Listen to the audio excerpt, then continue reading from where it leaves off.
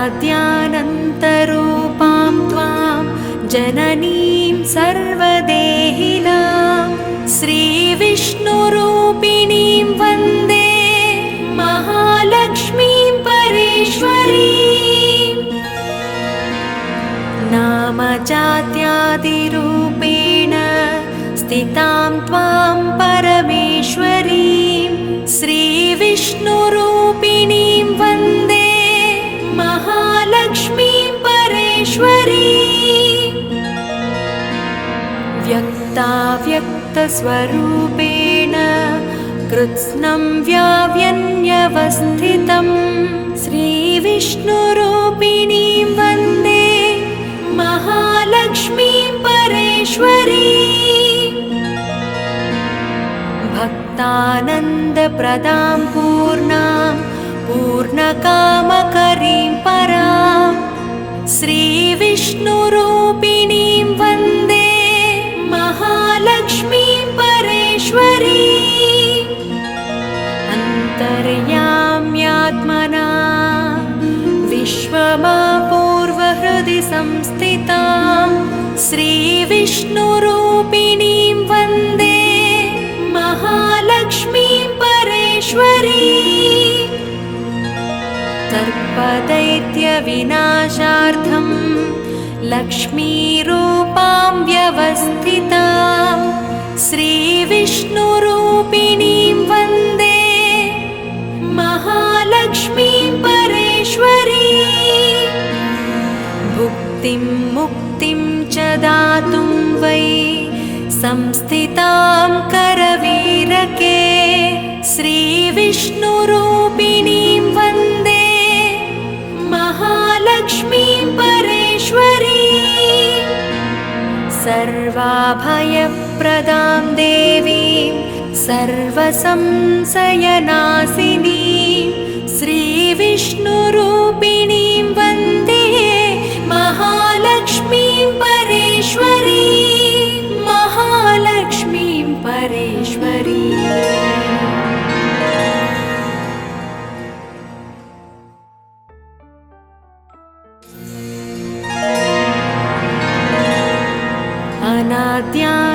अनाद्यानन्तरूपां त्वां जननीं सर्वदेहिनां श्रीविष्णुरूपिणीं वन्दे महालक्ष्मीं परेश्वरीं।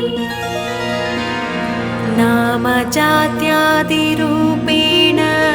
स्थितां त्वां परमेश्वरीं श्रीविष्णुरूपिणीं वन्दे महालक्ष्मीं परेश्वरीं। व्यक्ताव्यक्तस्वरूपेण कृत्स्नं व्याव्यन्यवस्थितं श्रीविष्णुरूपिणीं वन्दे महालक्ष्मीं परेश्वरीं। भक्तानन्दप्रदां पूर्णां पूर्णकामकरीं परां श्रीविष्णुरूपिणीं वन्दे महालक्ष्मीं परेश्वरीं। अन्तर्याम्यात्मना विश्वमापूर्वहृदि संस्थितां श्रीविष्णुरूपिणीं वन्दे महालक्ष्मीं परेश्वरीं। सर्पदैत्यविनाशार्थं लक्ष्मीरूपां व्यवस्थितां श्रीविष्णुरूपिणीं वन्दे महालक्ष्मीं परेश्वरीं।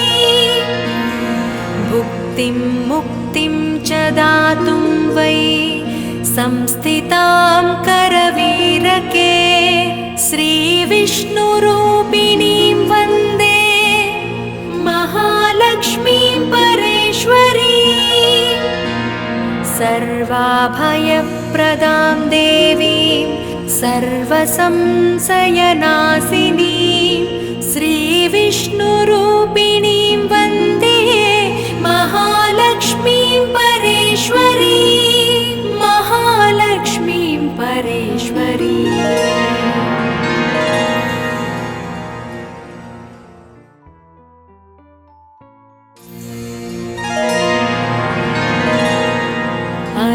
अनाद्यानन्तरूपां त्वां जननीं सर्वदेहिनां श्रीविष्णुरूपिणीं वन्दे महालक्ष्मीं परेश्वरीम्।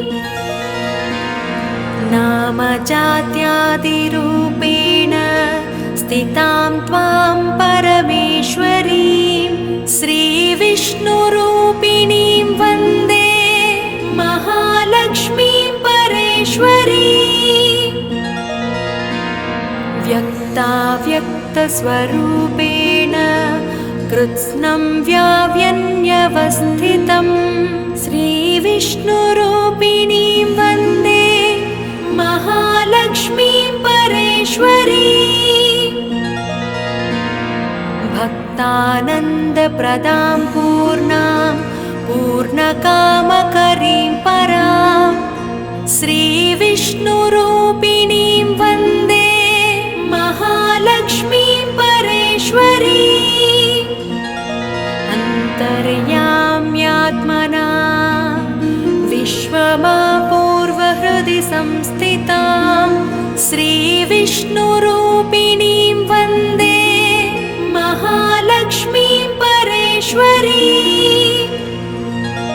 सर्पदैत्यविनाशार्थं लक्ष्मीरूपां व्यवस्थितां श्रीविष्णुरूपिणीं वन्दे महालक्ष्मीं परेश्वरीम्। भुक्तिं मुक्तिं च दातुं वै संस्थितां करवीरके श्रीविष्णुरूपिणीं वन्दे महालक्ष्मीं परेश्वरीम्। सर्वाभयप्रदां देवीं सर्वसंशयनाशिनीं श्रीविष्णुरूपिणीं वन्दे महालक्ष्मीं परेश्वरीं। महालक्ष्मीं परेश्वरीम्।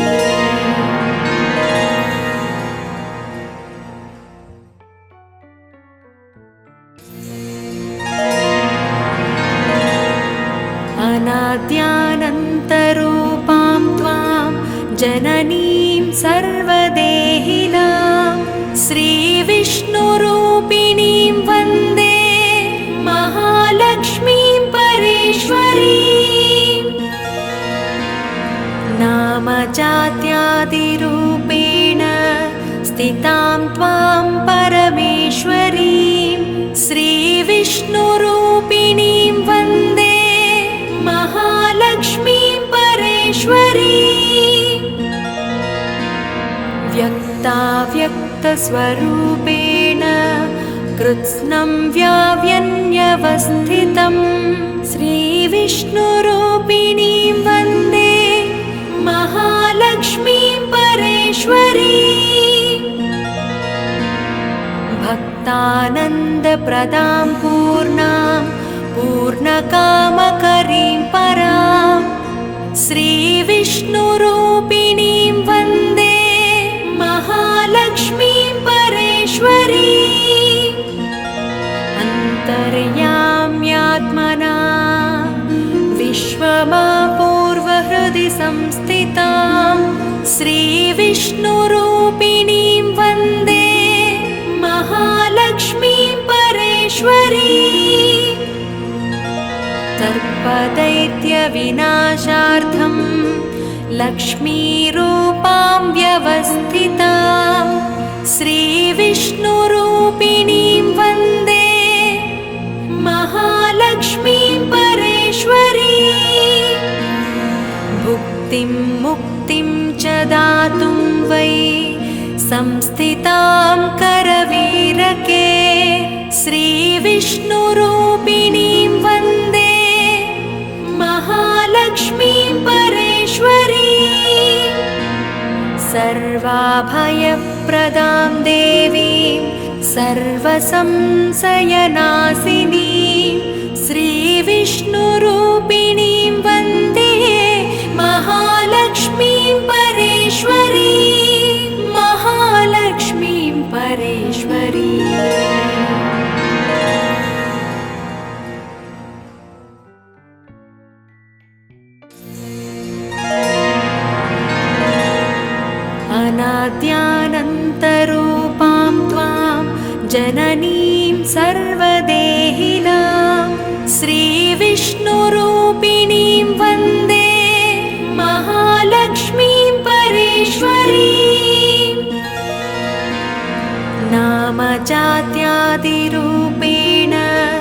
संस्थितां त्वां परमेश्वरीं श्रीविष्णुरूपिणीं वन्दे महालक्ष्मीं परेश्वरीं व्यक्ताव्यक्तस्वरूपेण कृत्स्नं व्याव्यन्यवस्थितं श्रीविष्णुरूपिणीं वन्दे महालक्ष्मीं परेश्वरीं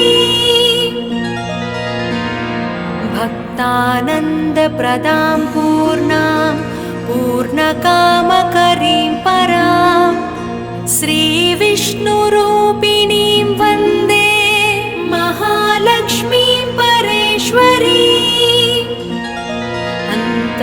अन्तर्याम्यात्मना विश्वमापूर्वहृदि संस्थितां श्रीविष्णुरूपिणीं वन्दे महालक्ष्मीं परेश्वरीं सर्पदैत्यविनाशार्थं लक्ष्मीरूपां व्यवस्थितां श्रीविष्णुरूपिणीं वन्दे महालक्ष्मीं परेश्वरीं भुक्तिं मुक्तिं च दातुं वै संस्थितां करवीरके श्रीविष्णुरूपिणीं वन्दे महालक्ष्मीं परेश्वरीं सर्वाभयप्रदां देवीं सर्वसंशयनाशिनीं श्रीविष्णुरूपिणीं वन्दे महालक्ष्मीं परेश्वरीं महालक्ष्मीं परेश्वरीं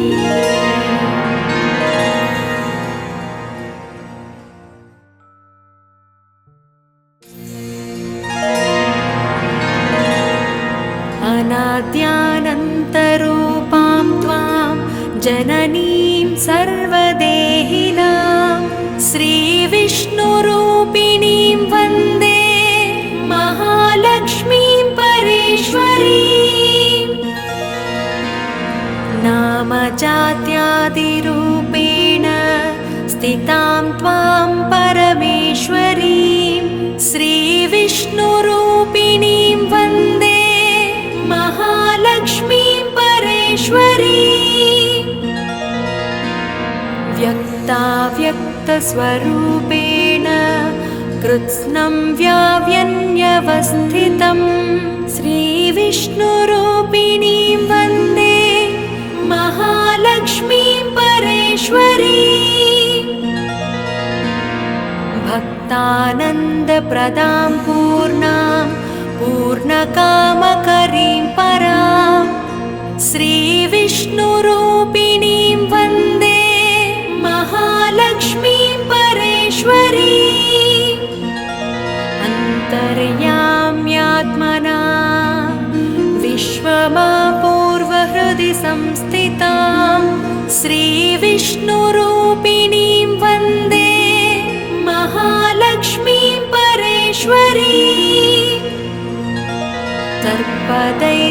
सर्पदैत्यविनाशार्थं लक्ष्मीरूपां व्यवस्थितां श्रीविष्णुरूपिणीं वन्दे महालक्ष्मीं परेश्वरीं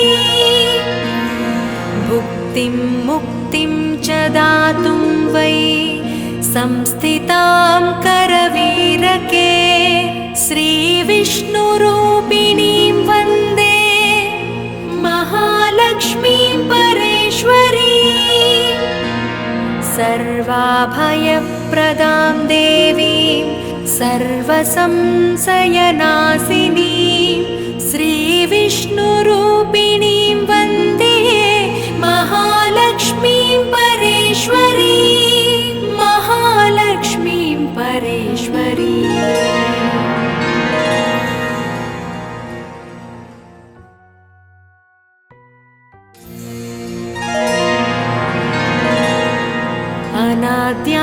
अनाद्यानन्तरूपां त्वां जननीं सर्वदेहिनां श्रीविष्णुरूपिणीं वन्दे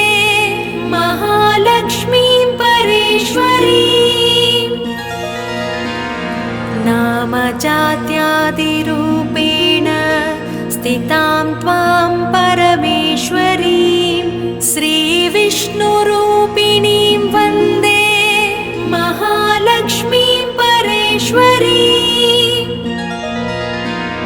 व्यक्ताव्यक्तस्वरूपेण कृत्स्नं व्याव्यन्यवस्थितं श्रीविष्णुरूपिणीं वन्दे महालक्ष्मीं परेश्वरीं भक्तानन्दप्रदां पूर्णां पूर्णकामकरीं परां श्रीविष्णुरूपिणीं वन्दे महालक्ष्मीं परेश्वरीं अन्तर्याम्यात्मना विश्वमापूर्वहृदि संस्थितां श्रीविष्णुरूपिणीं वन्दे महालक्ष्मीं परेश्वरीं सर्पदैत्यविनाशार्थं लक्ष्मीरूपां व्यवस्थितां श्रीविष्णुरूपिणीं वन्दे महालक्ष्मीं परेश्वरीं भुक्तिं मुक्तिं च दातुं वै संस्थितां करवीरके श्रीविष्णुरूपिणीं वन्दे महालक्ष्मीं परेश्वरीं सर्वाभयप्रदां देवीं सर्वसंशयनाशिनीं श्रीविष्णुरूपिणीं वन्दे महालक्ष्मीं परेश्वरीं महालक्ष्मीं परेश्वरीं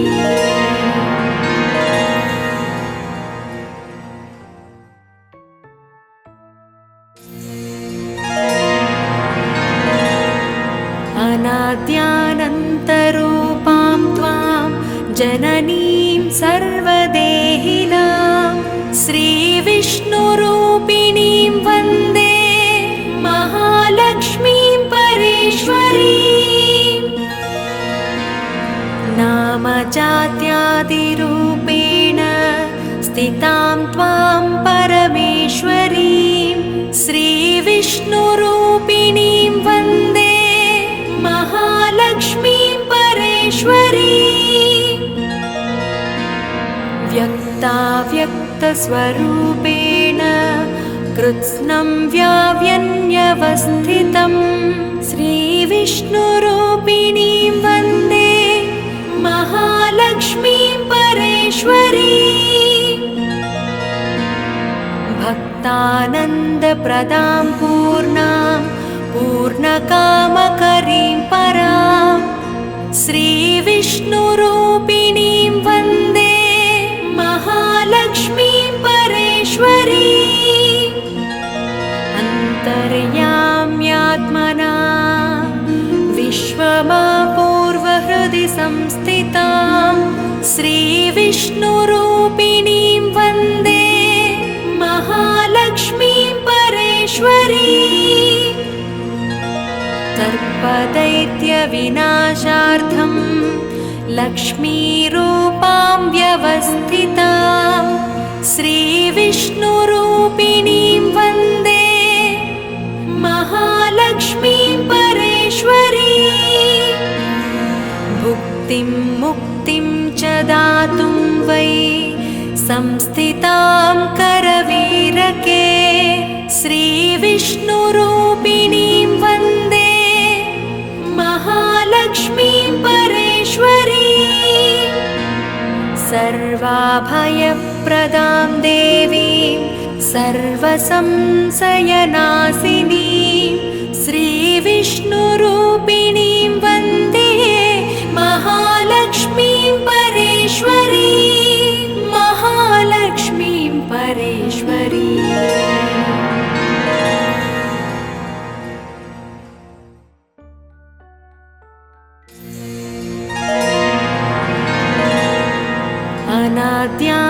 अनाद्यानन्तरूपां त्वां जननीं सर्वदेहिनां श्रीविष्णुरूपिणीं वन्दे महालक्ष्मीं परेश्वरीं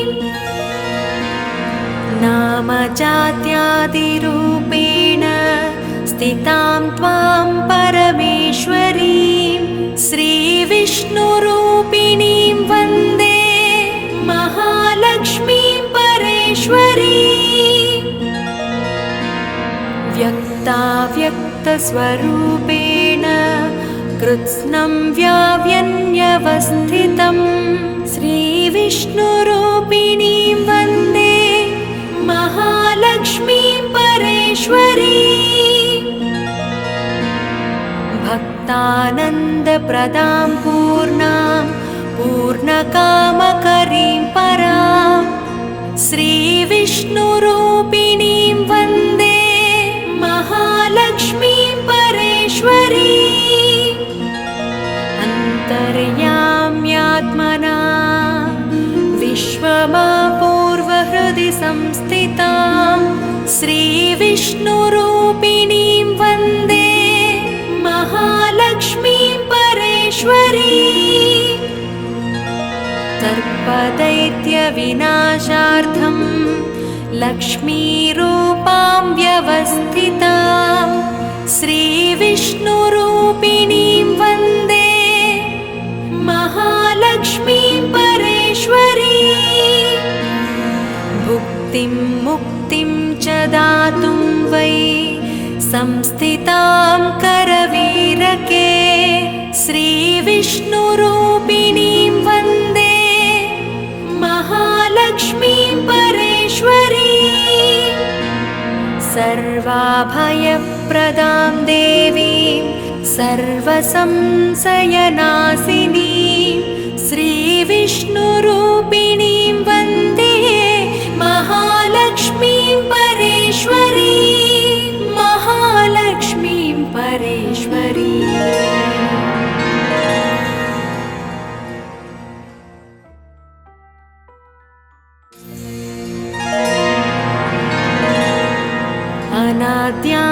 अनाद्यानन्तरूपां त्वां जननीं सर्वदेहिनां श्रीविष्णुरूपिणीं वन्दे महालक्ष्मीं परेश्वरीम् नामजात्यादिरूपेण स्थितां त्वां परमेश्वरीं श्रीविष्णुरूपिणीं वन्दे महालक्ष्मीं परेश्वरीम् व्यक्ताव्यक्तस्वरूपेण कृत्स्नं व्याव्यन्यवस्थितं श्रीविष्णुरूपिणीं वन्दे महालक्ष्मीं परेश्वरीम् भक्तानन्दप्रदां पूर्णां पूर्णकामकरीं परां श्रीविष्णुरूपिणीं वन्दे महालक्ष्मीं परेश्वरीम्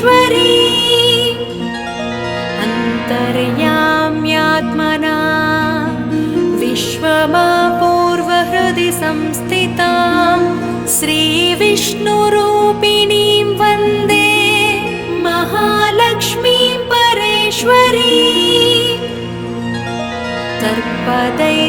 सर्पदैत्यविनाशार्थं लक्ष्मीरूपां व्यवस्थितां श्रीविष्णुरूपिणीं वन्दे महालक्ष्मीं परेश्वरीम् भुक्तिं मुक्तिं च दातुं वै संस्थितां करवीरके श्रीविष्णुरूपिणीं वन्दे महालक्ष्मीं परेश्वरीम् सर्वाभयप्रदां देवीं सर्वसंशयनाशिनीं श्रीविष्णुरूपिणीं वन्दे महालक्ष्मीं परेश्वरीम् महालक्ष्मीं परेश्वरीम्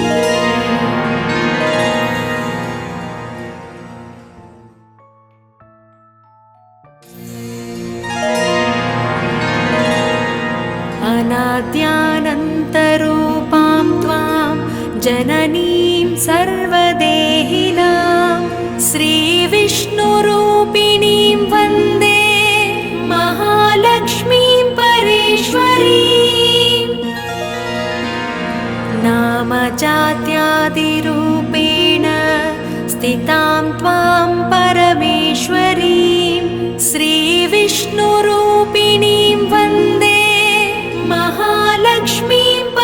परेश्वरी